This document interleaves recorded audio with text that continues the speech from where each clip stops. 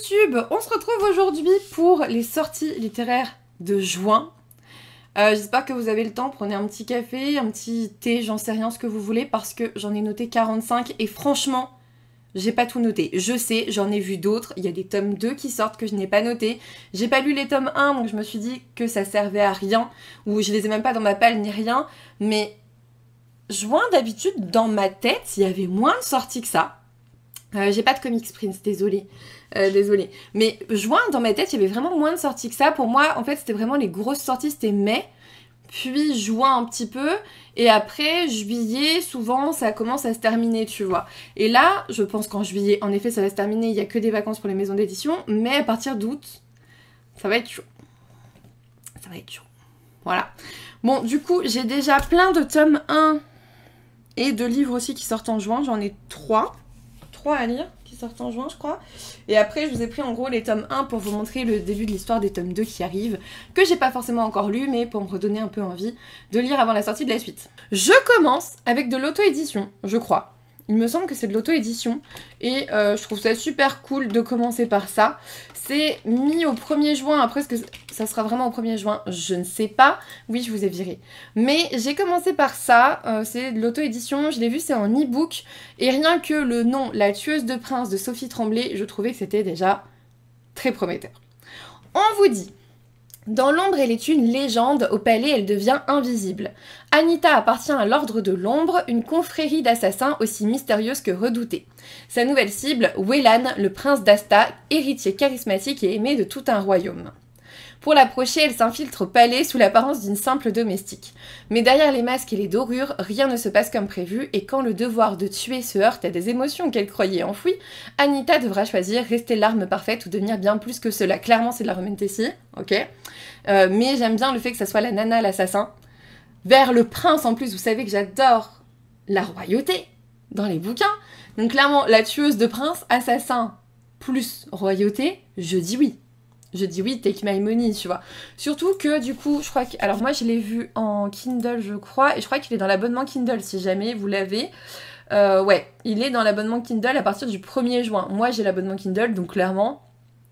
Pourquoi pas, il faut juste que je retrouve ma liseuse. L'Académie des Premiers-Nés, le tome 2, Sorcière des Ténèbres, je vous en ai parlé il y a pas longtemps, j'ai repris les updates lecture et il était dedans. Donc je vous le remontre, on est dans cette histoire avec Nova qui fait partie du coup de l'Académie des Premiers-Nés. On est dans une sorte de... On est pas dans une sorte, on est dans un monde post-apo, on a des arpenteurs qui sont des genres d'extraterrestres qui ont détruit globalement l'Europe en lâchant un énorme monstre dessus, je sais pas quoi. On ne sait pas trop ce qui s'est passé. Et en gros, les arpenteurs permettent aux humains, à certaines colonies d'humains de survivre aux États-Unis. Ils leur donnent des vivres, mais en échange, ils doivent leur donner leur premier-né. Et on comprend vite que finalement... Tu vois, tout le monde pense que les premiers-nés vont aller mourir en passant le portail, mais en fait non, ils arrivent dans une académie et on leur apprend la magie, on leur apprend le combat, on leur apprend plein de choses, et tu comprends que en fait ils vont avoir besoin d'une force brute. Voilà, c'est tout ce que je dirais. Le tome 1 me paraissait très petit, et du coup j'étais en mode mais pour un univers de fantasy ça va être compliqué, et en fait non, j'ai vraiment beaucoup aimé, c'était chouette. Donc franchement j'irai vers le tome 2. J'irai vers le tome 2. Je trouve qu'en plus, si vous mettez... C'est pour ça que je vous les ai sortis, les deux couvertures l'une après l'autre, enfin l'une à côté de l'autre, ça rend super bien. Donc voilà, moi j'aime bien. Après, je déteste le vert, mais les deux ensemble fonctionnent bien. Alors, Fireborn, oh putain, je savais même plus que je l'avais mis. J'ai fait ça hier. Vraiment, Fireborn, je pense que c'est une grosse sortie à suivre aussi, on va pas se mentir. Je vais pas forcément y aller, c'est le cycle Aurélien, tome 1. À chaque fois que Manon dit qu'elle n'aime pas le vert, ouais je sais, Mido, que c'est ta couleur préférée, je suis désolée. C'est de Rosaria Munda. C'est de Rosaria Munda, oui c'est ça, Rosaria Munda. Je crois qu'il sort en brochet, attendez, je vérifie mes dires. Est-ce qu'il sort en brochet, en relié? Il sort en brochet à 19,95 €. Voilà. Tu pourras pas ranger, tu vas faire les boutiques, peut-être pas. On vous dit, Annie et Ellie n'étaient encore que des enfants lorsqu'une violente révolution a renversé leur monde, offrant à tous, y compris aux citoyens de basse naissance, la possibilité d'accéder à l'élite dirigeante des dragonniers. Ça, j'aime bien. Déjà, tu vois, rien que le début du résumé, je me dis, ça, c'est un truc que j'aime bien. Issue d'une famille pauvre, Annie a perdu toute sa famille dans une exécution par feu de dragon. horrible. De son côté, Lee, aux origines aristocratiques, a vu tous ses proches assassinés par les révolutionnaires. Tout opposé de jeunes orphelins, à commencer par leur passé, pourtant les voilà propulsés parmi les étoiles montantes du nouveau régime. Si grandir dans le même orphelinat a forgé leur amitié, leurs 7 années d'apprentissage ont fait d'eux des rivaux dans la course au titre de commandant de la flotte aérienne de Callipolis. Bref, vous avez compris, on est dans un régime particulier, il y a eu une révolution.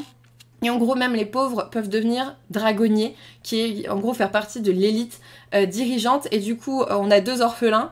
L'une qui faisait partie, je pense, des révolutionnaires, ou en tout cas d'une famille pauvre, qui s'est fait tuer par feu de dragon. L'autre qui faisait partie de l'aristocratie et qui s'est fait tuer par les révolutionnaires. Et voilà, ils vont grandir dans le même orphelinat, ils vont être reliés. Voilà. Mais moi, j'aime bien. Par contre, je trouve la couverture dégueulasse. Je suis d'accord avec Manon qui me dit l'effet 3D des dragons sur la couve, ça fait flipper. Je suis d'accord, genre, ils sont moches. Je suis désolée, ils sont moches. Ils sont moches, ces dragons rouges bizarres, on sent qu'ils sont pas gentils. Mais, je sais pas, moi il m'attire bien, en plus il est à moins de 20 €, il est pas qu'en relié. Bon, voilà, moi je le garde dans un coin de ma tête. Je le garde dans un coin de ma tête. Et d'ailleurs, je vais le mettre directement dans ma petite wishlist. Bon, après, je vous rappelle que je suis censée avoir un budget par mois. Hein, donc, quand tu regardes que j'en ai noté 45, voilà. Suivant. Le tome 2 de Curious Tides de Pascal Lascelles. Donc, je vous montre, je vous ai pris le tome 1 pour vous le mettre à côté. J'imagine qu'il y aura un geste page aussi. Moi, je ne l'ai pas encore lu. Hein. Je ne l'ai pas encore lu. On vous disait dans celui-ci... Attends, est-ce qu'il y a un vrai résumé quelque part? Alors. Emory a beau être Je recommence. Emory a beau être étudiante à Aldrin, la prestigieuse université de magie lunaire, elle ne possède que des aptitudes de guérison rudimentaires. Jusqu'à ce qu'une nuit, dans les grottes marines traîtresses de Dovermere, la mort emporte un groupe de ses camarades de classe, dont son amie Romy, et la laisse seule survivante. Dès lors, Emory est accablée de pouvoirs étranges et impossibles qu'aucune guérisseuse ne devrait posséder. On appelle ton père! Allô, monsieur le comptable, attention, il y a 5 livres sélectionnés ce mois-ci, attention! 45 livres, ouais, j'avais compris. Elle a des pouvoirs qui détruiraient sa vie s'il venait à être découvert. Emory n'a pas le choix, elle doit se tourner vers Baz, le frère de Romy, un adolescent reclus et déjà familier des magies les plus sombres. En vrai, il me faisait très envie, mais je crois que l'an dernier, pareil, il est sorti trop tôt, il est sorti pour l'été. Pour moi, ça, c'est un livre de sorcière, c'est un livre septembre, octobre, novembre, tu vois. Et du coup, j'ai oublié de le lire après. Donc là, en sachant que il y a le tome 2 qui sort, je peux le remettre dans une palle. Mais pour novembre, pas tout de suite. Bah non, pas maintenant. Mais clairement, c'est pas du tout ma vibe de juin, quoi. Mais clairement pas. Clairement pas. Suivant. Une histoire d'ours. Alors celui-ci, tu vois, c'est du Gale-Meister. Je parle pas souvent de cette maison d'édition, parce que souvent, ça m'intéresse pas plus que ça. Mais là, quand j'ai lu le résumé, je me suis dit, ah, j'aime bien. C'est de Eowyn Ivy, et on vous dit, Birdie élève seule sa fille en Alaska. Elle tombe amoureuse d'Arthur, un ermite qui vit au fond des bois, et décide de s'installer chez lui. Déjà, bon... Les voilà seuls dans l'immensité à des kilomètres de toute route, dépourvus de téléphone ou d'électricité. Birdie est prête à vivre cette existence, elle sait chasser, pêcher et bâtir un feu. Mais il est des choses auxquelles on peut difficilement se préparer. Alors que mère et fille s'acclimatent difficilement, Arthur fait preuve d'un comportement de plus en plus inquiétant. Il semble dissimuler une part d'ombre, une nature profonde qui fait étrangement écho au paysage sauvage de l'Alaska. Le mec, il a une ombre d'ours. Hein. C'est quoi sa nature profonde à ton avis? Mon amour, ça n'est pas possible. Toi et moi, on doit se séparer pour 1 heure. Je suis désolée. Mais voilà. C'est pas possible. Non, tu vas pas te mettre là-bas. Non. Allez, zou. Couche-toi par terre. C'est un ours mal léché, probablement. Probablement, c'est sûr. Mais tu vois, celui-ci, il me fait bien envie. Et pourtant, j'en lis pas beaucoup des comme ça, mais celui-ci, il me dit bien. Moi, il m'attire bien, mais pareil, il fait très hiver. Voilà, c'est ça, il fait très janvier. Ah oui, j'ai noté un nouveau webtoon, Les intrigues d'une Borgia, de chez Coda. Voilà, un nouveau webtoon qui m'intéresse bien. Connaissez-vous les Borgia, cette famille issue d'un pape? C'est dans un monde fantasy inspiré de leur histoire que Ruby s'est réincarnée. Et pas dans n'importe quel membre de la famille, la jeune Ruby est connue pour empoisonner ceux qui lui déplaisent. J'adore. Aujourd'hui, elle tente de survivre tant bien que mal entre violence familiale et anorexie, mais la mort plane toujours. Son fiancé est celui qui l'assassinera, sauf si elle arrive à le convaincre de sa gentillesse et de son innocence. Ça a l'air trop bien, je le veux. Je le veux. Oh, il y a un étui collector avec artbook. Oh, pour 9 balles de plus, faut peut-être pas exagérer, tu vois. Mais, bon, c'est intéressant pour ceux qui collectionnent. Moi, c'est vrai que, bon, de toute façon, en général, les artbooks et tout, je les garde pas. Donc, voilà. Amber Falls, je l'ai noté parce que c'est Alicia Garnier et ça va sortir chez Albin Michel dans leur collection Nox, donc plutôt chouette. La nouvelle collection, là, avec, je crois que c'est... c'est Nin Gorman aussi qui s'en occupe, il me semble. Il me semble. Je sais plus. Si, je crois. Je crois. On vous dit, dans la petite ville d'Amber Falls, Julie Murray a 2 certitudes. Elle déteste Tate Gray. Pourquoi elle a pris que des... Pourquoi est-ce qu'on prend que des noms américains alors qu'on est français? Non mais...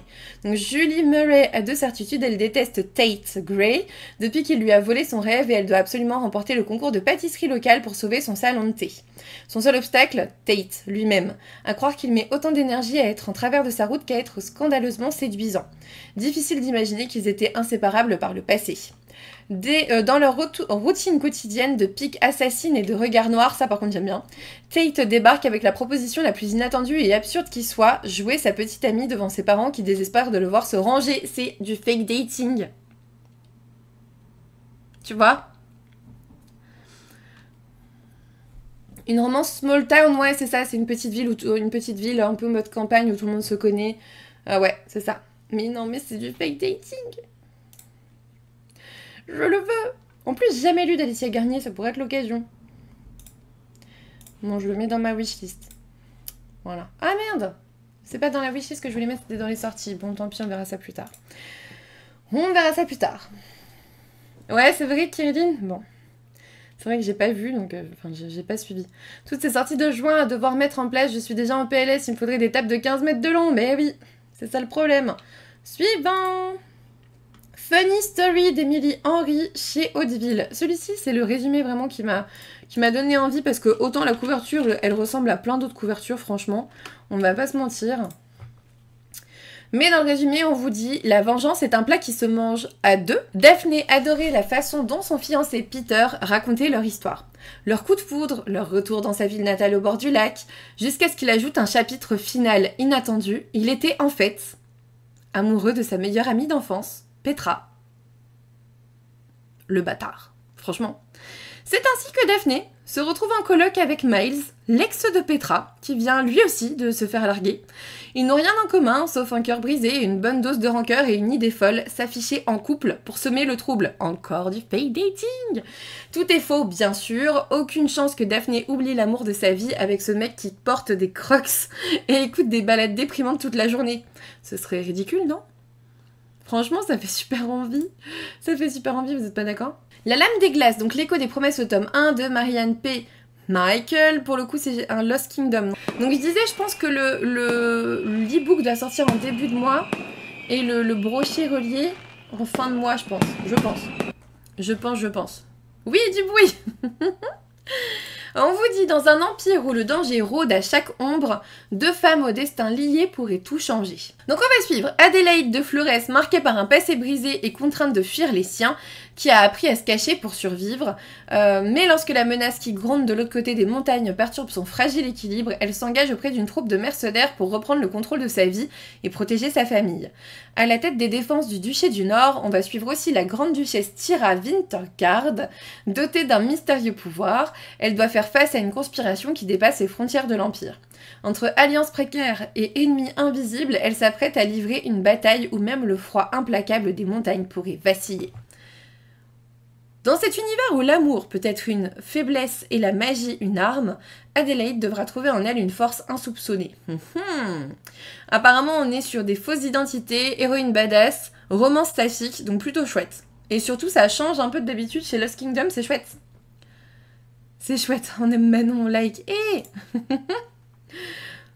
Donc celui-ci aussi, après j'avoue j'ai trop de Lost Kingdom qui attendent dans ma palle, donc vu que ça coûte cher, je vais peut-être attendre. Voilà. En plus, ces derniers que j'ai lus étaient pas incroyables. Hein. Le faucheur de sorcières, il était pas fou. Hein. Pour le coup. Ensuite, Sorcière des eaux, l'héritage de Lennox Souls, je crois, de Ivy Asher. C'est chez Moonlight. Là, pour le coup, je me souviens plus du résumé. Je vous avoue. J'ai oublié. Lui, pas sûr, ouais. Plus octobre, ouais, tu vois.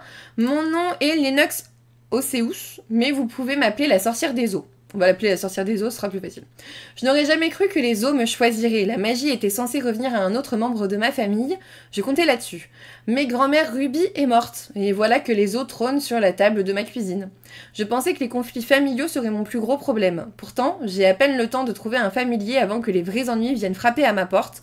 Le genre d'ennui au regard de braise et dont le sourire ferait fondre n'importe qui. Rogan Kendrick est convaincu que quelqu'un traque et assassine les gens comme moi. Et selon lui, je suis la prochaine sur la liste. Je n'ai jamais voulu faire partie de ce monde, mais la magie est implacable et elle s'en fiche. Ça nous fait au moins une chose en commun. Ça donne envie. Ouais, franchement, ça a l'air pas mal, hein. Je ne sais pas à quoi penser mes ancêtres en me choisissant, mais je suis prête à leur montrer de quel bois je me chauffe. On est sur du Enemies to Lovers, donc vraiment, ça peut être très sympathique. Ça peut être très sympa. Il va paraître en relié et en broché, celui-ci, d'ailleurs. Il va paraître en relié à 29,99, c'est vraiment de plus en plus cher, et en broché à 21,99. Voilà. Je vous l'ai mis, je l'ai pas lu, mais il me fait toujours autant envie en vrai. Apprentice to the Villain, le tome 2 qui sort ce mois-ci. J'ai pas lu le premier, mais en réalité, le résumé fait super envie. Je me note le premier, je vais peut-être essayer de le trouver d'occasion en fait, tout simplement. Et comme ça, au moins, je pourrais avoir la suite. D'ailleurs, quand j'achète d'occasion, ça passe pas dans le budget livre. Voilà, faut le savoir. Je triche, comme d'habitude. Suivant! Là, je suis contente. La suite de l'une de mes sagas webtoon favorites, c'est là. C'est vrai, il est trop beau. Je l'ai vu aux Imaginales, la couleur rentre bien. Ah bah tu vois. L'occasion, ça compte pas. Merci, Inata. Favor et Don't Want This Marriage, je vous ai sorti le tome 1. Si vous n'avez pas encore commencé la saga, qu'attendez-vous? C'est trop bien. Il y a un brun aux yeux rouges magnifique. Un père assez particulier. Enfin, c'est trop cool, quoi. On vous dit vivre dans l'univers d'un roman qui n'en a jamais rêvé. Notre héroïne, elle, s'en serait bien passée, victime d'un accident mortel, elle se retrouve propulsée dans l'histoire du livre qu'elle a lu. Réincarnée dans la peau de Jovelian, fille de duc odieuse, elle mettra fin à ses jours après avoir été accusée à tort de meurtre. Sauf que ce rôle de méchante condamnée ne lui convient pas. Notre héroïne décide de réécrire l'histoire et de changer la destinée du personnage qu'elle incarne. Méprise entre la rancune de son ex-fiancé de prince et le désamour de son duc de père, Jovelian peut-elle seulement espérer échapper à une fin tragique. Et moi, ce que j'aime beaucoup, c'est qu'il y a beaucoup de quiproquos et j'adore les quiproquos. Voilà. J'ai vu un Cozy Mystery en tome 5 à 22,90 €, je trouve cela abusé, c'est un semi-broché. Ah ouais, j'avoue, c'est abusé. J'avoue. Mais bref, moi je suis trop contente de pouvoir continuer la saga. Celui-ci, il rentre dans mon budget, c'est sûr. C'est sûr, je le veux. Rien à faire. Ensuite, j'ai mis Hair of Storms, la fille des tempêtes de Lauryn Hamilton Murray. C'est chez Milan. Et pareil, je me souviens plus du résumé. Celui-ci m'intéresse moyen, mais je vous l'ai mis quand même. Je pense que ça peut en intéresser certains. Je pense. On vous dit... Blaze, une chanteuse de pluie, est née dans l'une des plus puissantes familles de manieurs de feu de l'Empire. Sa naissance a déclenché une tempête dévastatrice qui a causé la mort de milliers de personnes et elle a passé sa vie cachée dans le manoir parental, vilipendée et redoutée. Lorsque Blaze et son frère jumeau Flint sont sélectionnés pour participer au rite du choix, les épreuves qui déterminent les futurs dirigeants de l'Empire, elle est soudain propulsée sous les feux de la rampe et dans la bataille.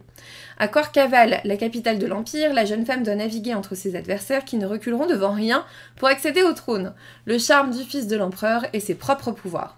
Tout le monde a peur de la fille des tempêtes, mais Blaze elle-même est terrifiée par sa magie, aujourd'hui faible et imprévisible. Saura-t-elle trouver le courage d'embrasser ses pouvoirs et d'écrire sa propre histoire? Ça a l'air chouette, hein. Ça a l'air chouette, mais... Bon, j'ai d'autres priorités. Que un relié aussi, il me saoule à faire ça, les gens. Tu as un montant spécifique de budget livre par mois, je t'invite à aller regarder sur Twitch. Pas Twitch, n'importe quoi, on est sur Twitch. Sur Insta, je fais des réels sur le budget. Et là, du coup, il va falloir que je le fasse début juin pour le bilan de mai. Le bilan de mai. Il sort qu'en relié, c'est nul, ça.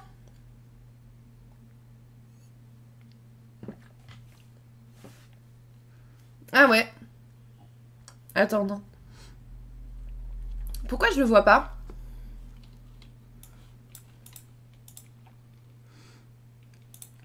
Je vais taper la fille des tempêtes, hein, ça ira plus vite. Hein. La fille des tempêtes, 23,90 €, ouais. Ouais, mais en plus, moi, j'aime pas le format relié pour lire, je trouve que c'est un sup. Donc, bah non, j'irai pas, du coup, voilà. Voilà. Suivant. Il va y avoir une chasse aux livres sur ce titre dans plusieurs villes, ouais, j'ai vu. J'ai vu. Suivant. Ah, celui-ci il me fait trop envie parce que c'est Céline Chevet. Maudit soit le printemps chez Mnemos Naos. Mais c'est Céline Chevet. Et d'ailleurs, Céline Chevet, il y a 2 titres, hein. Je crois. J'ai noté 2 titres de Céline Chevet ce mois-ci. Grosse actu pour Céline Chevet, que j'aime beaucoup. Céline Chevet, pour ceux qui ne la connaissent pas, elle a écrit pas mal de choses, type La boutique des choses inavouables. Enfin, c'était chez les éditions du Chat Noir. Celui que j'avais beaucoup aimé, c'était La fille qui tressait les nuages. Elle avait écrit aussi Sous le sabot des dieux. Les chaînes du silence aussi, c'était bien. Enfin bref, moi j'aime beaucoup cette personne. Je la rencontre à chaque fois qu'elle est dans un salon parce qu'elle est vraiment super gentille. Et on a pu parler du Japon et tout parce qu'elle y avait vécu un petit peu. Bref, elle est très chouette. On vous dit, dans une petite ville japonaise au cœur d'un lycée de campagne, Julian et ses 3 amis rêvent d'autres horizons. Haru tresse les nuages. Akiko collectionne les dés de sucre, Suichiro flirte avec sa professeure et Julian pleure son amour d'enfance décédé dans de mystérieuses circonstances. Ces évanouissements et crises d'angoisse se multiplient si bien que, poussé par Akiko, il plonge dans une quête troublante où les ombres du passé viennent hanter le présent. L'horreur se tapit non loin, tout bascule lorsqu'il découvre l'existence d'une malédiction obscure. Parviendra-t-il à faire toute la lumière sur cette histoire? Le veut-il seulement? Ça a l'air trop bien. Il est à 20,50 €. Ça a l'air trop bien. Il n'est pas très gros, hein. 240 pages, c'est un petit peu cher. Voilà, c'est pour 240 pages pour 20,50 €, ça fait un peu cher. C'est la petite critique que je peux faire, mais ça vient... Enfin, c'est les éditions Mnemos, donc édition indépendante, donc peut-être pas les mêmes choses que pour, par exemple, les gros groupes Hachette, Gallimard, Nathan, quoi. Tu vois, il y a peut-être ça aussi. Bref. Moi, je sais qu'un jour, je l'aurai. Voilà. Suivant. Se méfier de l'eau qui dort. Je peux vous le montrer, je l'ai déjà. C'est de Julia Richard, il me fait trop envie. Donc, dans ce résumé, on vous dit, Grand-Papy prétend que d'étranges phénomènes se sont produits il y a 50 ans et qu'une fois encore, le pire est à venir. Mais Grand-Papy, il perd la tête ces derniers temps. J'ai déjà suffisamment à faire et j'ai passé l'âge de croire à la magie. Schmutzheim est un petit village paisible au fin fond d'une vallée reculée. Astrid, 17 ans, y prend soin de son aïeul à la santé déclinante et de sa petite sœur Ingrid. Parvenant difficilement à joindre les 2 bouts, les filles complètent leur activité fermière avec le commerce de remèdes artisanaux, ce qui leur vaut la réputation de sorcières, et la méfiance de leurs voisins. Et alors que d'obscurs miracles se multiplient autour d'elles, combien de temps encore avant qu'elles ne soient désignées coupables? Ça a l'air trop bien, franchement. On peut pas ne pas écouter ce résumé, il a l'air vraiment trop bien. En plus, elle me l'a dédicacé, c'est trop gentil. Voilà, et j'ai une petite... Se méfier de l'eau qui dort comme ça. Franchement, il a l'air trop bien, mais ouais, il a l'air vraiment très chouette. 21,90 €, on est pour 270 pages. Voilà, mais pareil, c'est les éditions L'Homme sans nom, donc HSN, donc édition indépendante. Tu vois, ça me dérange moins de mettre 20-21 € dans un livre de 300 pages plutôt d'un groupe type HSN, type voilà, des Naos, etc. Bref, je sais, des maisons d'édition indépendantes qui essayent d'y arriver plutôt que de mettre 29,99 € dans des reliés de gros groupes. 16e sortie que j'ai notée. Ça, c'est pas grave, j'ai pas besoin de le couper. Vous pouvez faire ça. You Could Be So Pretty de Holly Bourne chez Nathan. On est dans une dystopie où on va parler beauté, diktat de la beauté surtout. On vous dit Dans le monde de Johnny et de Belle, il n'y a que deux options lorsqu'on est une fille. La première, accepter de se transformer pour répondre aux envies masculines et espérer, comme Belle, être remarquée pour sa beauté, peu importe les sacrifices, la douleur, les agressions, tant qu'on suit la doctrine. La seconde est de faire comme Johnny, casser les codes pour être juste soi-même au risque de tout perdre. Famille, amis, avenir, en somme, toute existence sociale. Une troisième voie est-elle possible, celle de la révolution ? Bref, j'ai l'impression que c'est un... Moi, j'irai pas. Parce que pour moi, c'est un livre qu'on aurait peut-être dû sortir genre il y a 5-6 ans, quand il y avait d'autres choses comme ça. Je sais pas, je suis pas... j'aime bien la thématique, mais j'ai l'impression d'avoir déjà un peu trop vu ça ces dernières années, donc bah ça m'intéresse moyen. Ça m'intéresse moyen du coup. Ça me fait penser à l'autre roman qui a été adapté sur Netflix. Ouais, moi, en fait, le problème de ce roman pour moi, c'est qu'il me fait penser à d'autres romans. Et du coup, j'ai pas envie. Bah oui, t'as raison, Inata, hein. Franchement, allez-y, hein, foncez si ça vous plaît. Suivant. Quand l'éclair se figea de Ayabal Buena chez Solaire, et en fait c'est le roman que j'avais pas le droit de vous montrer, il était arrivé avec l'autre dans le colis de Solaire, et du coup je l'ai depuis un petit moment maintenant. Et je vais vous avouer tout de suite, il me faisait bien plus envie que Simon Says. Donc j'ai bien plus envie de lire celui-ci, donc tant mieux s'ils me l'ont envoyé. On vous dit 2147, le plus grand plaisir dans la vie de Julien, 18 ans, à côté de sa relation avec sa petite amie Anna, est de passer des heures sur un jeu vidéo, ou plutôt une simulation interactive appelée Life 360. Il peut y suivre la vie de n'importe quel être humain, du passé, sur la période qu'il veut, au rythme qu'il veut, et il est un peu accro. Un jour, alors que Julian se promène en 2025, il tombe sur la vie d'une certaine Naël, 17 ans, se prend d'affection pour elle et brave l'interdiction d'interagir avec les simulations. Celle-ci voit son quotidien chamboulé, les coussins volent, la gravité dysfonctionne et surtout un soir, un éclair se fige dans le ciel. Face à l'accumulation des bugs, Julian décide de lui avouer qu'il provoque ces interférences. Sous le choc d'apprendre que son monde n'existe pas vraiment, Naël accepte de laisser entrer Julian dans sa vie pour le meilleur et pour le reste. J'aime bien le côté technologie, moi. J'aime bien ça. Il y a un truc sur la couve qui te dérange, mais regarde, elle a un petit panda roux. Après, je vois ce que tu veux dire, c'est une couverture... Enfin, le style graphique est particulier. Voilà. Coucou Lolo. Ah bah tu l'avais vu toi, Inata, le porte-clés. Après, tu vois, moi je vous montre la couverture que j'ai en vrai, elle est mieux que le truc que j'ai là, hein, je trouve. Mais le style graphique est particulier, on dirait que sa face, elle est toute plate. C'est bizarre. Bon, bref. Moi, il me fait bien envie, j'aime bien le côté technologique, donc on verra. Suivant. Heartless Hunter, le tome 2 arrive. Je vous ai sorti le tome 1, du coup. Pour vous montrer, j'imagine qu'il y aura un petit geste-page simple aussi, c'est chez Pocket Jeunesse. Dans cette histoire, en tout cas dans le tome 1, on vous disait... le jour, Rune Winters doit dissimuler sa vraie nature en jouant la jeune mondaine futile. La nuit, elle devient le Sphinx rouge, une sorcière justicière qui protège les siennes de la purge. Afin d'obtenir des informations cruciales pour un sauvetage, elle tente de séduire Gideon Sharp, un redoutable chasseur de sorcières. Gideon méprise tout ce qui incarne Rune, mais lorsqu'il découvre qu'elle est liée au Sphinx, il infiltre son cercle en prétendant lui faire la cour. Il s'aperçoit vite que sous la façade superficielle de Rune se cache une personne profonde, qui fait vaciller ses certitudes, et il en vient à espérer qu'elle n'est pas la célèbre créature sanguinaire qu'il traque sans relâche. En vrai, ça a l'air chouette. Ça a l'air chouette. Comme vous voyez... j'ai le tome 1, donc il y a un moment donné où je craquerai, c'est sûr. Et merci encore pour ce train de live qui se termine, ça fait super plaisir. Je sais toujours pas ce qu'il a déclenché, mais merci. Merci. C'est trop gentil. Et merci d'être aussi nombreux, tiens, j'avais pas vu qu'on était beaucoup. Merci d'être aussi nombreux en ce jeudi matin, ça fait plaisir. Ça fait plaisir. Suivant, La vie en turquoise. Là, c'est aussi chez Solaire, mais dans leur collection poche de Élise Guiraudot. Hop, je vous trouve ça. Je trouvais le résumé super intéressant, c'est pour ça que je l'ai noté. Ah, joyeux anniversaire en retard, Fifiland. Du coup, on vous dit, Ellie et Louise sont deux sœurs fusionnelles. L'une sportive et solitaire, l'autre coquette et ultra sociable. Leur vie bascule le jour où Louise apprend qu'elle est atteinte d'un cancer rare des ovaires. Démunie, Ellie ne sait comment trouver sa place aux côtés de sa petite sœur. Pourtant, elles vont mener avec leurs parents un combat ensemble contre cette maladie.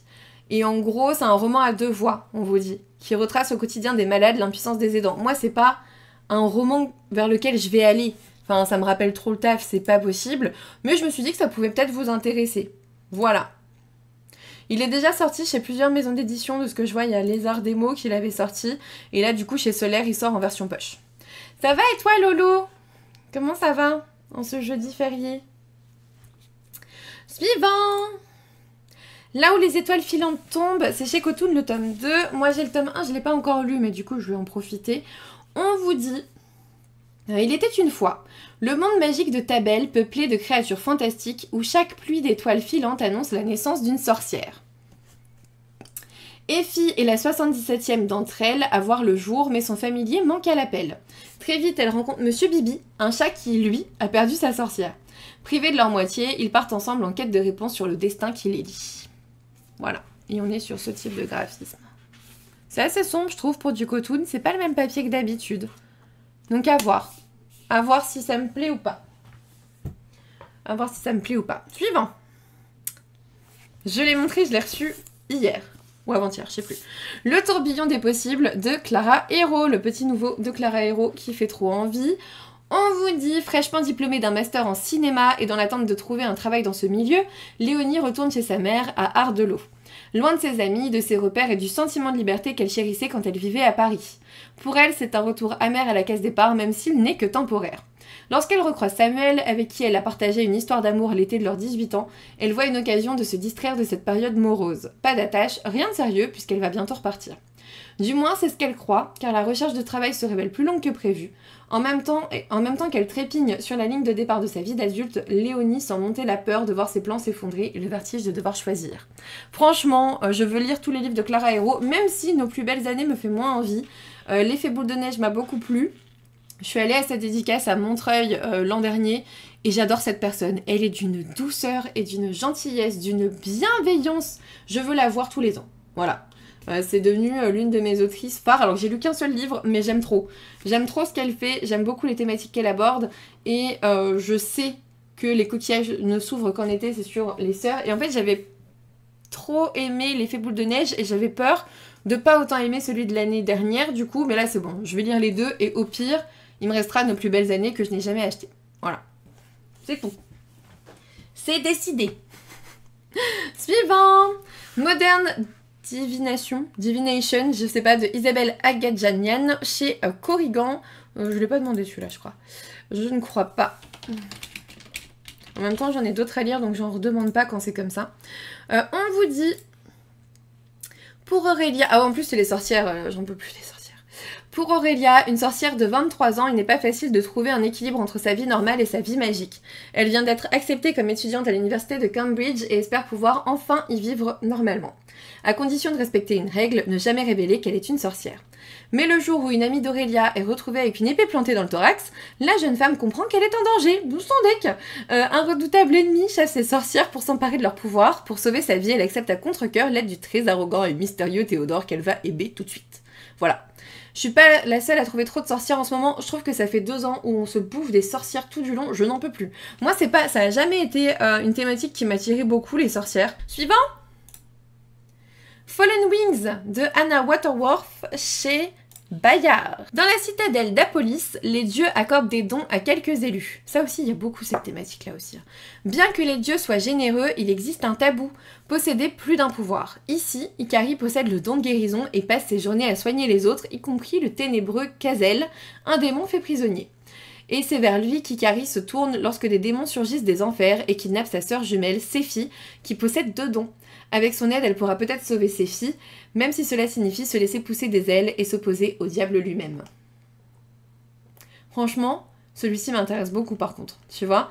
Même si en soi, tu pourrais dire que ce sont des sorcières, je pense, vu qu'elles ont un don, de la magie, machin. Mais là, du coup, ça m'attire. On va pas accentuer le fait sorcière, tu vois. Et en même temps, je te dis ça, et pourtant, celui de Julia Richard m'attire carrément. Parce que ce sont pas vraiment des sorcières, ce sont des femmes avec du savoir qui font des petits miracles avec des choses, et avec des plantes et tout. Et en fait, on te dit, mais à quel moment on va les accuser de sorcières? Et par contre, cette thématique-là m'intéresse bien. Il y a eu les vampires, les loups-garous, les faées, et maintenant les vampires. Les sorcières, je pense, t'as voulu dire. C'est des cycles. Les faées aussi encore. Hein. Encore. Les loups-garous, chez certaines maisons d'édition, t'en as encore plein. Les vampires, il y en a encore quelques-uns, tu vois. Changer son destin, et si Mérida avait mangé le gâteau de la sorcière de Farah Rochon. Bon bah moi franchement le fait que ça soit Mérida c'est quand même plutôt cool. Donc on vous dit dans ce livre, Mérida comprend qu'en tant que princesse du clan Dunbrook, elle a certaines obligations, mais cela ne veut pas dire qu'elle doit les aimer. Surtout quand l'une de ses obligations signifie perdre sa liberté en devenant la fiancée d'un homme qu'elle n'a jamais rencontré. Bien qu'elle s'oppose à cette tradition, sa mère, la reine Elinor, insiste sur le fait que la princesse doit s'y soumettre pour assumer son rôle de future reine. Déterminée à tracer sa propre voie, Mérida suit des feux follets jusqu'à la chaumière d'une sorcière, où elle se voit donner un petit gâteau qui provoquera une grande transformation chez sa mère.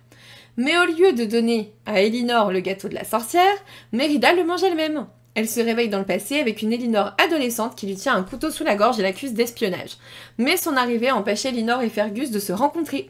Mérida parviendra-t-elle à rapprocher les clans rivaux, à aider ses parents à tomber amoureux et à changer son propre destin ? Toi, les Twisted Tales, ça t'intéresse pas du tout? Ah ouais? Moi, j'aime bien. Moi, j'aime bien. Non, je l'ai pas lu, Lolo. Je l'ai pas lu. Moi, j'aime bien. Pas tous. Tu vois, pas tous, mais j'aime bien. Après, je suis très fan de Disney, donc ça aide aussi. Ça aide aussi. Allez, suivant. Touch, celui-ci me fait trop envie. Son don est la clé de Marika Gallman chez Rajo. Celui-ci me fait vraiment très envie. Hop. On vous dit... La couverture est très belle aussi d'ailleurs. On vous dit, Joséphine dit Jo a un étrange pouvoir. D'un simple toucher, elle voit et ressent la mort de ceux qui l'entourent. Déterminée à l'éviter à tout prix, elle passe la plupart de son temps seule. Lorsque le jour de la rentrée, son professeur principal est retrouvé mort carbonisé dans un placard, elle voit pour la première fois une utilité à sa malédiction. En touchant le cadavre, elle pourra résoudre le meurtre.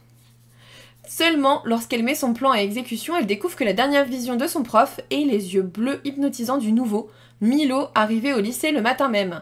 Que cache-t-il et comment se fait-il qu'il semble savoir qu'elle a un don alors même qu'elle l'a toujours dissimulé?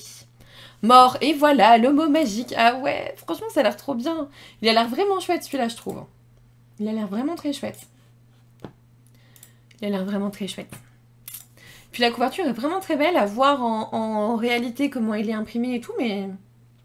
Ça a l'air sympa. Allez, il nous reste 20 sorties.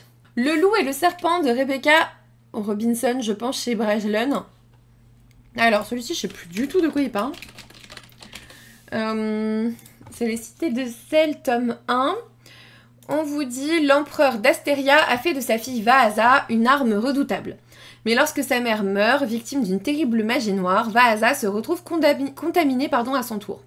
Bien décidé à se débarrasser d'elle, son frère Dominique, le nouvel empereur, la marie de force à Red de Miré, chef de guerre à la réputation terrifiante. En fait, si, je me souviens et j'avais envie de le lire. Croyant sa sœur condamnée, il espère faire de sa mort un prétexte pour envahir les terres de Reid et faire ainsi main basse sur leurs précieuses ressources. Guerrière accomplie et diplomate consommée, Vaasa est bien décidée à combattre ce destin qu'on cherche à lui imposer. Mais elle ne tarde pas à découvrir que les apparences sont peut-être trompeuses, et s'il n'était pas le monstre que l'on dit, si les habitants de Miré n'étaient pas les barbares que l'on prétend, si cette étrange magie noire était bien plus qu'une simple malédiction. Je vais pas vous mentir, il y a un petit air du pont des tempêtes. Il y a un petit air du pont des tempêtes, sauf qu'en fait l'empereur c'est pas le père, mais plutôt le frère, et elle est une guerrière aguerrie, il y a quand même un petit air, en plus on veut la marier pour faire un conflit pour aller chercher les ressources, il y a un petit air du pont des tempêtes qui ne me semble pas inintéressant. Tu vois, 20 € le brochet, la couverture est sympathique, 416 pages, tout à fait honorable. Voilà, je suis plutôt bien à fond dedans. Je pense que celui-ci, c'est l'un de ceux qui me fait le plus envie, en fait. Voilà, c'est correct, c'est correct. Suivant! Quand nos os retourneront à la terre, c'est le nouveau Willy Schwab de chez Lumen, je sais pas si vous avez vu ça. On vous dit une vie pour l'aimer, une nuit pour mourir, l'éternité pour se venger. Alice pensait avoir un brillant avenir devant elle jusqu'au soir de sa mort, laquelle ne marque pourtant pas la fin de son histoire. Le lendemain matin, elle découvre l'inimaginable, elle est devenue une vampire. C'est pour ça que je vous ai dit tout à l'heure, il y a encore des vampires. Sans aucun souvenir des événements de la veille, affamée et horrifiée, elle va tout faire pour retrouver la trace de celle qui l'a transformée, la mystérieuse inconnue avec qui elle a passé la soirée. Plus d'un siècle auparavant, Charlotte fait la connaissance de Sabine. Très vite, elle trouve en la jeune veuve une confidente, une mentor et même une amante. La nuit où elle se jure que jamais rien ne pourra les séparer, Sabine fait d'elle une vampire. C'est là le début d'une histoire d'amour passionnelle, nanani nanana. Bref, vampire et histoire d'amour, ça fit pour le coup. Je passe pas de vampire. Bah moi les vampires, c'est vrai que ça m'attire pas plus que ça, j'en ai d'autres à lire avant, donc why not. Bah peut-être qu'elles en ont trop lu, tu sais, Créa. En vrai, voilà. Moi, franchement, j'aime bien la couverture, j'aime bien. Franchement, tout le visuel est très chouette. Maintenant, c'est pas ma priorité ce mois-ci. Voilà, on va dire ça comme ça. Mais par contre, la couverture, entre les roses, rouges et les crânes, il y avait tout pour moi. Vampire, pour moi, c'est Buffy ou rien. C'est comme pour les sorcières, je peux pas m'empêcher de faire la comparaison avec Charmed. Ah ouais, je comprends. Je comprends. Suivant. Ah bah, une soif insatiable d'Angela Montoya. Angela, je sais pas. Chez De Saxus. Oups. Alors. Bon, on se doute qu'il y a aussi du vampire, hein. De toute évidence. De toute évidence, on vous dit... Villa-Lobos avait une vie toute tracée. Reprendre l'entreprise familiale, se marier, avoir des enfants. Il n'avait pas prévu d'être transformé en vampire par la créature responsable de la mort de ses parents. Obligé de fuir, il se rend en Abundancia, où il espère trouver les réponses pour lever sa malédiction. Et on a aussi Carolina Fuentes, est issue d'une longue lignée de chasseurs de vampires. Déterminée à prouver à sa famille qu'elle ferait une bonne chasseuse, elle décide de tuer tous les assoiffés qui croiseront sa route. Sa rencontre avec Lalo, qui refuse de se nourrir de sang humain, bouleverse toutes ses convictions. Alors moi, je trouve un peu déjà vu sur le résumé, mais tu me dis que c'est original, donc je veux bien te croire. Je veux bien te croire. Je vous ai dit que Céline Chevet sortait un deuxième roman en juin. On est sur le deuxième, c'est chez Scrinéo, La mémoire des chimères, et je le veux trop. Enfin, les deux, en fait, les Céline Chevet vont avoir ma ruine en juin, je vous le dis tout de suite. Je pense que je vais peut-être me prévoir un plus gros budget pour juin, hein, c'est pas possible. Ou alors je vais l'étaler sur juillet. Je sais pas, mais il y a un moment donné, il va falloir que je fasse des choix, ça va être compliqué. Ça va être compliqué. Je pense que je vais acheter les livres de maisons d'édition indépendantes que je vais pas forcément trouver d'occasion. Tu vois ce que je veux dire? Ou le Scrinéo, il va pas être si simple que ça à trouver d'occasion, je pense. Par exemple. Putain, après, ils exagèrent sur les prix de ouf, ça me fume. Franchement, vous êtes sérieux? Un brochet à 22,90 €, pourquoi tu fais ça, en fait? Parce que tu sais que je vais l'acheter, oui, mais quand même. Ça m'énerve. Je suis un peu agacée, j'avoue. Je suis un peu agacée. 22,90 € un brochet. Moi, maintenant, les brochets, pour moi, c'est 19,90 €. 20 € maximum. 22,90 €, tu te fous de moi un petit peu. Je trouve. Je sais même pas combien de pages j'ai fait, je suis en train de regarder, mais je trouve pas. On vous dit, à 17 ans, Mosel quitte son peuple pour traquer les créatures monstrueuses qui ravagent son territoire. Pris dans une embuscade, il est secouru par Iliope, une étudiante en médecine déterminée à protéger son île. Ensemble, ils partent explorer un monde morcelé où chaque colonie puise sa force dans des totems dotés de pouvoirs singuliers. Mosel et Iliope s'engagent alors dans une quête dangereuse pour comprendre le rôle des créateurs, le fléau qui les menace et le secret de leur propre existence. Celui-ci m'attire moins que Maudit soit le printemps, je l'avoue, mais c'est Céline Chevet, et avec Céline Chevet, je sais que je vais passer un bon moment, donc je l'achèterai quand même. Suivant, numéro 30 sur ma liste. Il était un loup chez Charleston. Il me fait trop envie celui-ci. Je vais peut-être le réécrire. Faut que je réfléchisse. De A.K. Benedict, entrez dans les bois si vous l'osez. Celui-ci me fait grave envie. On vous dit pourquoi te retenir ici contre ton gré? Pour te montrer comment tes mots peuvent tuer. En pleine nuit, au beau milieu des ombres inquiétantes d'une forêt du Hampshire, Katie, jeune autrice de polar, est brutalement kidnappée. Elle se réveille dans un grenier sans souvenir de ce qui lui est arrivé et découvre un mot de son ravisseur, le loup. Celui-ci lui impose un choix effroyable, écrire des crimes inspirés de contes de fées, des récits qui prendront vie et entraîneront la mort de véritables personnes, ou mourir elle-même. J'adore! Ça a l'air trop bien! Je veux le lire de fou! Je veux le lire de fou. Il fait combien de pages? 480 pages, 22,90 €. À partir du moment où tu fais plus de 400 pages, je veux bien les 22 €, c'est pas, je trouve que c'est logique. Mais il a l'air trop bien pour un Charleston, pour le coup. Moi, Charleston, c'est vrai que je l'ai beaucoup identifié à des histoires de famille, des doubles temporalités, etc. Là, on est plus sur du thriller. En plus, on est sur de l'écriture, de crimes inspirés de contes de fées, c'est trop bien. Suivant, je vous ai bien sûr noté la sortie de Onyx Storm de Rebecca Yarros chez Hugo Roman. Je ne vous ferai pas l'affront de vous rappeler que c'est le tome 3 de Fourth Wing que j'ai adoré en 2023. Je n'ai pas lu le tome 2 qui est Iron Flame et qui est juste... En plus, on le voit, il est ici. Voilà. Je vous les ai pas ressortis, c'est bon, tout le monde connaît Forfwing. Voilà. Je n'en peux plus des précos, c'est vrai. C'est vrai. Alors, moi, de ce que j'ai vu, je ne vais pas continuer tout de suite.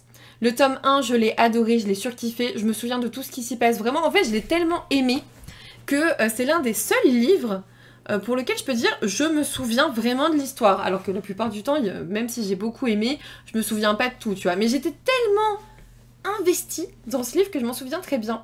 Mais de ce que j'ai compris, le tome 4 est pas prêt d'arriver. Elle a dit qu'il allait prendre son temps et qu'en gros, même en anglais, il allait sortir dans les 2 ans. Tu vois. Donc je pense que je vais attendre, parce que déjà à la fin du tome 1, t'as bien envie de plonger dans le tome 2, et je vais vous laisser lire le tome 3, et vous allez me dire si on peut s'arrêter tranquillement à la fin du tome 3, mais je ne pense pas, parce que si elle a prévu d'écrire son tome 4 dans 2 ans, il lui faut un cliffhanger. Il lui faut un cliffhanger, on va arrêter de se voiler la face. Il lui faut un cliffhanger, sinon dans 2 ans, les gens seront plus là. Ils auront zappé. Donc, ça va être un cliffhanger. C'est sûr. Donc, je vais vous voir vous arracher les cheveux. Et ensuite, je déciderai si je veux continuer. D'accord? Numéro 32, la sortie numéro 32 que j'ai notée. Untouchable Lady, je vous le mets vite fait. Je sais plus où est mon tome 1 ni mon tome 2. Je les ai, j'ai bien aimé, c'est chouette. Mais je crois que c'est en bas. Je crois que c'est en bas, je les ai pas retrouvés dans mes webtoons. Donc je pense qu'ils sont en bas parce que je voulais relire le tome 1 avant de lire le tome 2. Et du coup j'ai dû le laisser en bas sur la petite table ou dans la petite... On a une petite bibliothèque dans la véranda, je vous l'ai jamais montré peut-être. Si, je vous l'ai montré une fois, c'est Victor qui nous l'a installé. Et du coup j'aime bien. Mais je vous en reparlerai une fois que j'aurai lu les tomes 1, 2, 3, ça sera plus simple. Ça sera plus simple. Suivant. De toute façon en juin je suis trop contente, il y a toutes mes sagas webtoon qui ont un nouveau tome. Celui-ci, c'est l'un de mes préférés. Si vous aimez les types Seule la mort attend la vilaine, si vous aimez Favor, I don't want this marriage, si vous aimez ce genre de choses, je sais que c'est bizarre. Je sais que le titre Demoiselle Lapine et le grand méchant léopard, et que ça soit une lapine avec un gros léopard, que ça soit des garous comme ça, c'est bizarre, mais je te jure, l'histoire est pas bizarre du tout. Mais pas du tout. On vous dit Vivi est une petite lapine qui n'a pu prendre forme humaine lors de son passage à l'âge adulte comme tous ses semblables. En fait, ils naissent lapins. Et au moment du passage à l'âge adulte, ils sont censés devenir humains et pouvoir se transformer normalement. Enfin, avoir des... Je sais pas s'ils se transforment normalement. Bref. Ils passent humains et en gros, ils font partie de différentes familles. Et Vivi, elle a pas réussi à se passer en forme humaine et sa famille décide de gentiment l'abandonner sur le territoire des léopards pour qu'elle se fasse bouffer. Sauf qu'elle tombe sur l'héritier des léopards qui comprend pas trop pourquoi on a abandonné un petit lapin trop mignon là, et il la garde pour son goûter. Tu vois, mais en fait, il la garde pour comprendre ce qui se passe, et au final, c'est trop mignon, et franchement, là, si tu regardes le petit lapin là sur le gâteau, c'est trop chou. C'est trop chou. En juillet aussi, on va morfler niveau sortie manga, webtoon avec la Japan Expo, ouais, probablement. Mais ils en sortent déjà pas mal en juin, je pense. C'est trop mims. C'est trop mims. Et il y a un brin aux yeux rouges. Voilà. Donc moi je continue cette saga, c'est sûr. J'aime trop. Suivant. La Terre qui monte de David Camus chez Collectionneur. Je l'ai vu nulle part quand le tome 1 est sorti, j'avoue, je l'ai pas encore lu. Mais il est là. C'est le pays qui descend. Et du coup c'est l'occasion parce que je crois que c'est un diptyque. Ouais, diptyque d'aventure. Donc clairement avec le tome 2 qui sort, au moins on a tout. Après la couve, je pense que ça va avec le style du roman. Pour moi, c'est original dans le sens où on n'en sort pas des comme ça tous les jours. C'est pas de la romantasy, voilà, c'est autre chose. Je vais vous lire le résumé que vous allez comprendre. Toujours descendra, jamais ne montera, telle est la loi implacable du pays qui descend. Lee, 15 ans, vit dans le village de 100 maisons et pas une de plus. 100-maisons, entre parenthèses, et pas une de plus avec des tirés entre deux. Sur Vertical, une gigantesque montagne dont nul ne connaît la base ni le sommet. Comme chacun de ses habitants, elle rêve d'atteindre un jour tout en bas, entre guillemets, là où même l'eau se repose, mais enfant trouvée, elle se sait condamnée à l'avenir morne de ceux qui ne descendent de personne. Quand un drame la pousse à partir avec 5 autres adolescents, son existence bascule. Débute alors Débute alors un voyage jalonné de rencontres étonnantes dans des mondes inconnus qui l'amèneront à la découverte d'elle-même et des nombreux secrets du pays qui descend. Ça a l'air d'être de la fantasy ado super chouette, en fait. Ça a l'air très original, ça a l'air vraiment chouette. J'avais plein de... C'est vrai, zut. Ça a l'air vraiment chouette. La couverture ne donne pas envie, je sais, mais je pense que ça va très bien avec le style du roman, en fait. Je trouve que rien qu'avec le résumé, tu sais... Attends, je viens de voir un truc. J'ai ouvert le livre... Et on commence au chapitre 39. Le prologue. 15 ans, c'est bien jeune pour descendre. C'est ce que Lee n'arrêtait pas de se répéter alors qu'elle tombait en chute libre vers la mer. 14, 13, faisant voler ses cheveux et sa robe en tous sens, le vent la giflait si violemment qu'elle n'arrivait plus à respirer. 12, 11, ses poumons la brûlaient. 10, puis, moins sous l'effet des larmes que du manque d'oxygène, sa vision se troubla. 9, mais tandis que l'horizon se réduisait à une immense tache bleue, synonyme de mort, elle ne put s'empêcher de sourire. 8, car si sa mort prochaine était assurément une mauvaise nouvelle, son esprit fonctionnant à toute allure lui en indiquait 2 bonnes, comme en compensation. 7. La première, c'est qu'elle n'avait pas vécu en vain. 6. La seconde, c'est qu'elle serait bientôt la fille la plus basse du village, et même de tout vertical. 5. Ses parents seraient fiers d'elle. 4. Le problème, c'est qu'à ce moment-là, elle serait morte. 3. Lee ferma les yeux, se demandant si ce qu'on disait était vrai. 2. Revoyait-on toute sa vie en un éclair avant de mourir ? 1. Dans un instant, elle le saurait. Et après, première partie. Tadam ! Voilà. Voilà. Trigant les chapitres à l'envers. Ouais, franchement, ça a l'air super chouette. Il coûtait 20 €. Là, je sais pas combien il coûte, mais... Voilà. Ça a l'air très chouette. Et pas vu partout. Moi, c'est ce que j'aime bien aussi. Hein, avoir des livres qui... Enfin, découvrir des romans que tu vois pas sur tous les réseaux, ça me va aussi. Suivant. Le tome 2 de I Don't Trust My Twin de Guatt et Garendal, j'aime trop, c'est chez Kotun. J'ai lu le tome 1, j'ai adoré. Je suis pas sûre de vous avoir posté je vous ai posté ma chronique du tome 1. Mais ouais, mais regarde, en vrai, c'est pour ça que je vous ai pris comme ça les... Tu vois ? Ça change, hein ? Bon, bref, j'ai adoré. On vous dit, alors qu'elle a tout sacrifié pour sa famille, Laurentia est trahie par sa sœur jumelle et par son fiancé. Revenue dans le passé et résolue à changer son destin, elle compte bien se débarrasser d'eux qui lui ont tout pris. De ceux qui lui ont tout pris, pardon. Elle passe alors un contrat avec le duc Verdian. En échange d'une promesse de mariage, il devient un allié redoutable dans sa quête de vengeance. Lui, c'est un connard. Voilà, sachez-le. J'avais eu un marque-page. 2 marque-pages. Hop. J'ai trop aimé le tome. Ah ouais, c'était vraiment bien. C'était vraiment bien. Et cette fois-ci, on aime les blonds aux yeux rouges, hein, sachez-le. Les yeux rouges, ça fait tout. Le brun ou le blond, je suis pas très regardante. Là, pour le coup, le blond est cool. Il est où, d'ailleurs? Est-ce qu'il n'y a pas un beau portrait du duc? Monsieur le duc. Bon, rien que là, tu vois qu'ils négocient et tout, ils sont très chouettes. Ouais, mais c'est comme Callisto dans Celle de la mort atteint la vilaine. Tu vois, moi, je suis pas fan des blonds en général. Je suis sortie qu'avec des bruns, d'ailleurs. Mais... dans un bouquin, avec des yeux rouges, mode Callisto, je suis ok. Je suis ok. Mais il faut qu'il ait un minimum de pouvoir et qu'il puisse aider l'héroïne, sinon il est nul, il sert à rien. Voilà. Suivant. La Reine enchaînée. Chez Nisha, etc. J'avais envie de vous mettre... Alors, vous avez vu, je vous ai mis un peu d'auto-édition. J'en ai mis un. Je vous mets des maisons d'édition indépendantes. Enfin, j'ai pas envie de vous parler que des gros... J'avais envie de dire blockbuster, mais quasiment, tu vois. J'ai pas envie de vous mettre que les grosses maisons d'édition, les grosses sorties. J'ai envie aussi de vous parler de livres qu'on voit moins. Parce que sinon, j'ai aucun intérêt, en fait. Vous avez juste à aller sur Instagram et c'est tout. J'ai envie de vous faire découvrir des choses. Donc là, c'est La Reine enchaînée, le tome 1, Le paria et l'égorgeur. On vous dit... comment pourrait se venger une princesse malmenée dans un monde où la magie est interdite aux femmes ? Dans le royaume d'Iludor, les hommes se sont arrogés la magie. Les femmes, elles, sont privées de leur don à la naissance par l'irréversible et cruel rituel du cordon. Celles qui y échappent sont persécutées et brûlées sur la place publique. Le trône d'Iludor ne peut être occupé que par un magicien. Lorsque le roi meurt dans d'étranges circonstances, il ne laisse derrière lui que des filles. L'aînée, la princesse Némésis, pourrait prétendre au titre de reine car elle est une magicienne qu'aucun rituel n'éloignera de sa magie. Aux 4 coins du royaume, des mages sont sauvagement assassinés, leur bourreau reste introuvable, personne ne connaît son visage, tout le monde cependant connaît son nom, l'égorgeur de nobles. Mais il n'est peut-être pas le monstre sanguinaire dont tout le monde parle. Lorsque les routes de la princesse et de l'égorgeur se croisent, tout bascule pour provoquer une chute, pour briser des chaînes, pour sauver le royaume ou pour plonger dans le chaos. Ça a l'air trop bien. Ça a l'air trop bien.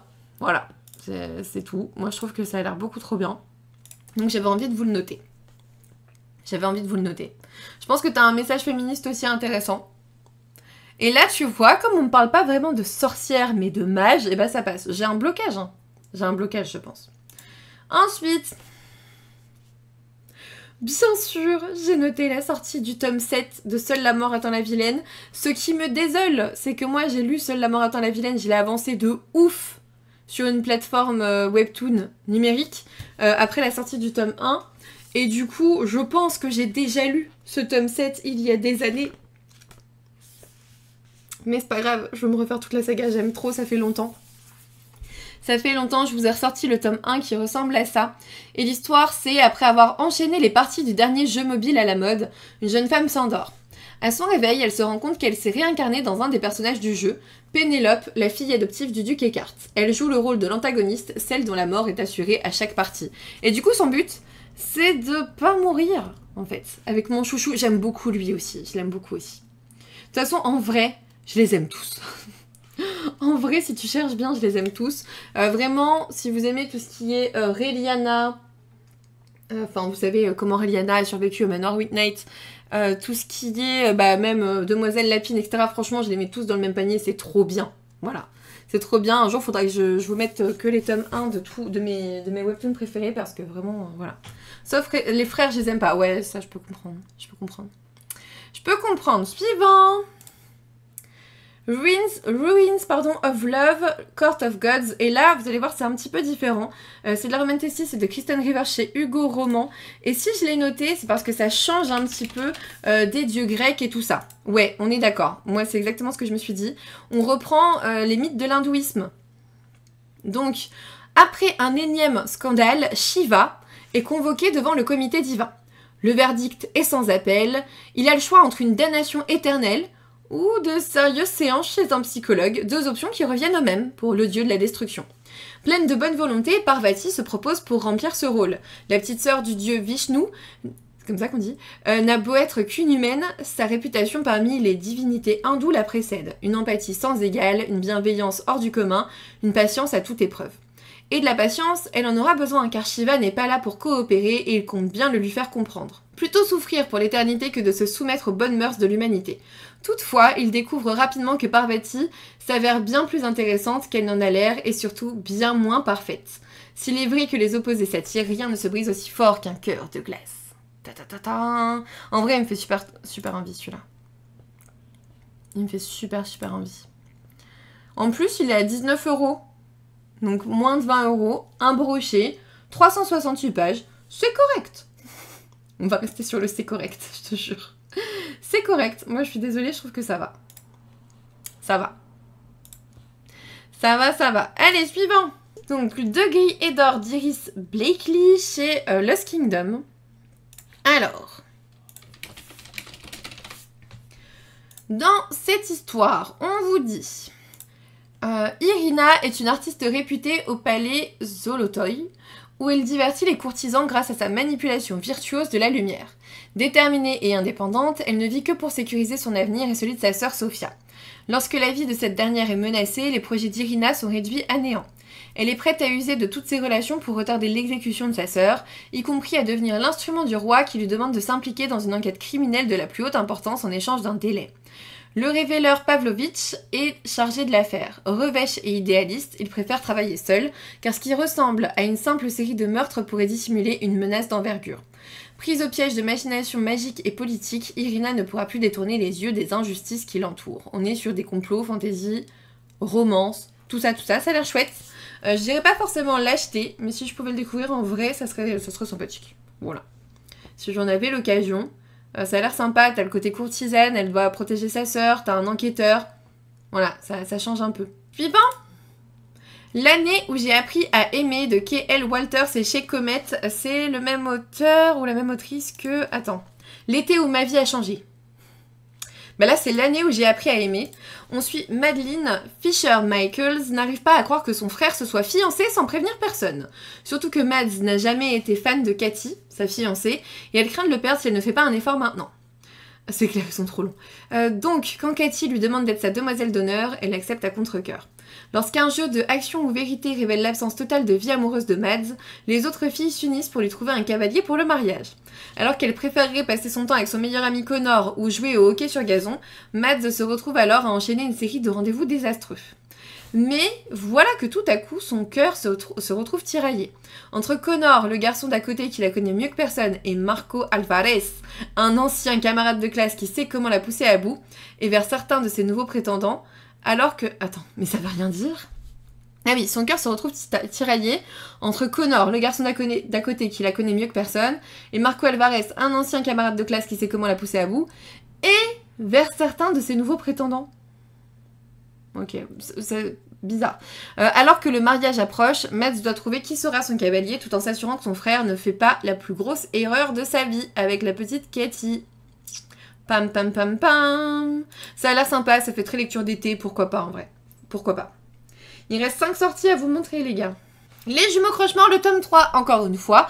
Un livre qu'on a envie de lire en octobre, novembre, et pas en juin. Donc le tome 1 était très sympathique, j'ai pas encore lu le tome 2, mais moi je veux les lire fin de l'année, hein, donc pas tout de suite. Après des années d'exil, Silence et Auriel Croche-Mort sont soudainement rappelés dans le manoir familial par des grands-parents dont ils ignoraient l'existence. Les jumeaux ne se sentent pas les bienvenus et découvrent qu'une terrible malédiction s'est abattue sur la ville. Voilà, moi je vais me les garder pour octobre-novembre, mais voilà. Ah non, il a été repoussé, je suis désolée, ça sera pour juillet. Bon bah celui-ci je peux le virer. Ou je le remettrai peut-être pas, enfin je le remettrai en juillet. Mais il a été repoussé, je suis désolée. Du 25 juin au 2 juillet. Bon, moi j'avais noté 25 juin du coup. Et évidemment. Évidemment. Bon bah voilà Dusty, merci. Pour ta question, au moins on s'en aperçoit. Suivant. Hillmore University de Eilema Decker, c'est chez Hachette. Vous savez, j'avais reçu un petit billet là, une petite lettre. Vous vous souvenez ou pas? On vous dit après la mort de son père, Evelina intègre Hillmore University, un établissement aussi prestigieux que mystérieux. Elle est déterminée à saisir cette opportunité pour recommencer sa vie à zéro et ainsi s'éloigner de son passé qui l'étouffe depuis toujours. Zayn est un étudiant énigmatique en apparence froid et inaccessible qui préfère la compagnie de ses grandes box à celle de ses camarades. Lorsqu'il croise le regard d'Evelina, la nouvelle élève au visage balafré, la rage qui animait son cœur en sourdine refait surface. Car ce qu'Evelina ignore, c'est que son père, cybercriminel notoire, est responsable de la mort de la mère de Zayn. La haine qu'inspire Evelina au jeune homme est aussi puissante que l'attraction qu'elle exerce sur lui. Bah ouais, tu m'étonnes. La résolution de Zayn est aussi la seule solution, ne pas succomber à Evelina, en sachant que tout ça se passe à Hillmore University. Ça peut être intéressant. Voilà, je sais pas trop si j'ai envie d'y aller ou pas. C'est pas mal. Voilà, ça peut être intéressant. Il en reste 3. The God and the Gumio, celui-ci je le veux trop, c'est de Sophie Kim et c'est chez Sabran. Sachez qu'il n'y a pas de résumé actuellement sur les sites, mais j'ai le programme de Sabran parce que je suis partenaire avec eux et je pense qu'ils ne m'en voudront pas de vous donner un résumé et de vous donner envie d'acheter un livre. Tu vois, je pense que ça devrait bien se passer. Je pense que c'est quelque chose qui peut leur plaire. Je pense. D'ailleurs, j'en ai pas mis un autre de chez Sabran, le voleur d'étoiles, qui est inspiré des 1001 nuits, mais parce qu'il m'intéressait pas moi, mais voilà, je vous le dis, il y en a un autre. Donc dans celui-ci, on est avec Kim Annie, autrefois la terrible déesse Gumio, connue sous le nom de Renard de Rouge, qui a refait sa vie et travaille désormais dans un café. Elle profite de l'anonymat le plus total, tout en résistant tant bien que mal à l'agacement qu'un de ses clients réguliers suscite chez elle. Sokka est un dieu de la malice. Il a été chassé des cieux pour avoir tenté d'y prendre le pouvoir et se consacre désormais à chasser les démons et à commander des cafés à une serveuse particulièrement déplorable. Lorsqu'un démon s'échappe du monde souterrain et que la fameuse renarde rouge réapparaît, Sokka voit là une chance d'obtenir la rédemption. En les tuant tous les deux, ses fautes seront rachetées. Mihani, quant à elle, est prête à tout pour empêcher Sokka de l'attraper, prête à tout, sauf peut-être à tomber amoureuse. Ta ta ta ta. Agacement, oui, on sait ce que ça veut dire, bah ouais, c'est ça. En plus, on te le vend comme un véritable K-drama sous forme de roman. Vous savez que moi, j'ai vu pas mal de dramas historiques et j'aime bien aussi quand il y a un côté mythologie, donc voilà. On vous dit rempli de mythes et légendes coréennes, ça on s'en est douté avec le goût Mio. Et voilà, moi ça m'intéresse vraiment. S'il me l'envoie pas, de toute façon, je pense que je l'achèterai probablement. Voilà. Voilà. Avant-dernier que j'ai noté. Le trône des déchus chez Deux Axus de Kerry Maniscalco. Celui-ci aussi m'intéresse tant, mais il y en a trop. Budget livre de juin, 500 €. Je rigole, Je rigole, mais franchement, c'est quasiment ce qu'il te faudrait. Après, il te faudrait 3 mois de juillet pour le lire, tu vois, mais voilà. On vous dit, un mal mystérieux plane sur la cour de l'envie. Le palais est désert, ses derniers occupants errent, l'air hagard. C'est pas un spin-off? Ah bon? Bon, si c'est le cas, ça m'arrangerait. On vous dit, les derniers occupants errent, l'air hagard, les murs et les sols sont maculés de sang, et un étrange brouillard recouvre maintenant le royaume. Donc le prince en vie est acculé, pour sauver sa cour de la destruction, il devient l'un des participants à un jeu cruel et mortel. À chaque énigme résolue, un nouvel indice lui est révélé. Les charades le conduisent à Camilla Antonius, une magnifique humaine dont les talents artistiques renferment la clé pour déchiffrer les prochaines anagrammes. Mais ces dernières sont toujours plus obscures et les trouver semble toujours plus dangereux. Traverser les pièces encombrées de la maison Paresse, parcourir la sulfureuse cour des vampires et sillonner les 7 cercles de l'enfer n'est plus le seul problème d'envie et de Camilla. Et la dernière que j'ai notée, Promesse et Grenade. Perséphone, c'est chez Roncière de Savermiller. Je vous note. Alors, j'avoue, en voyant Perséphone, je me suis dit, je vais aller lire le résumé. On vous dit, Cal Anderson est un homme froid et cruel. En tant qu'assassin de la mafia, le silence et la mort l'accompagnent partout où il va. C'est pour cela qu'on lui confère le surnom d'Hadès. La poésie seule semble lui faire ressentir de l'émotion, et lorsqu'il commence à partager des vers avec Elena Ricci, la fille de son patron, son monde bascule. Elena est jeune, innocente et lumineuse, tout son contraire. Ah oui, ça va sûrement être de la dark romance. Pourtant, elle l'attire et une nuit, il cède à la tentation en se promettant de ne plus jamais recommencer. Mais après avoir goûté à son corps, Cal développe une obsession pour elle. Il fera tout pour la voir, quitte à la forcer de l'épouser et la séquestrer sur son île. Clairement, c'est de la dark romance, bien sûr. Évidemment. Et c'est pas un tome unique, hein. Il y a un tome 2, tome 6... Mais il y a combien de tomes? Il y a 6 tomes. Yes, Tom. Bon, moi, j'irai probablement pas. Mais en tout cas, ça signe la fin des sorties de juin. Si vous êtes encore là dans la vidéo, franchement, félicitations à vous. Vous êtes trop forts. Voilà, vous êtes les meilleurs. N'hésitez pas à me dire en commentaire quel livre vous fait le plus envie en juin. Et si j'ai loupé des sorties qui vous font envie, n'hésitez pas à les mettre en commentaire. Comme ça, tout le monde peut aller regarder un petit peu les livres qui s'ajoutent. Ça peut être super chouette. N'hésitez pas à mettre un petit pouce bleu, à vous abonner si ce n'est toujours pas fait. Et puis moi, je vous dis à bientôt pour une nouvelle vidéo.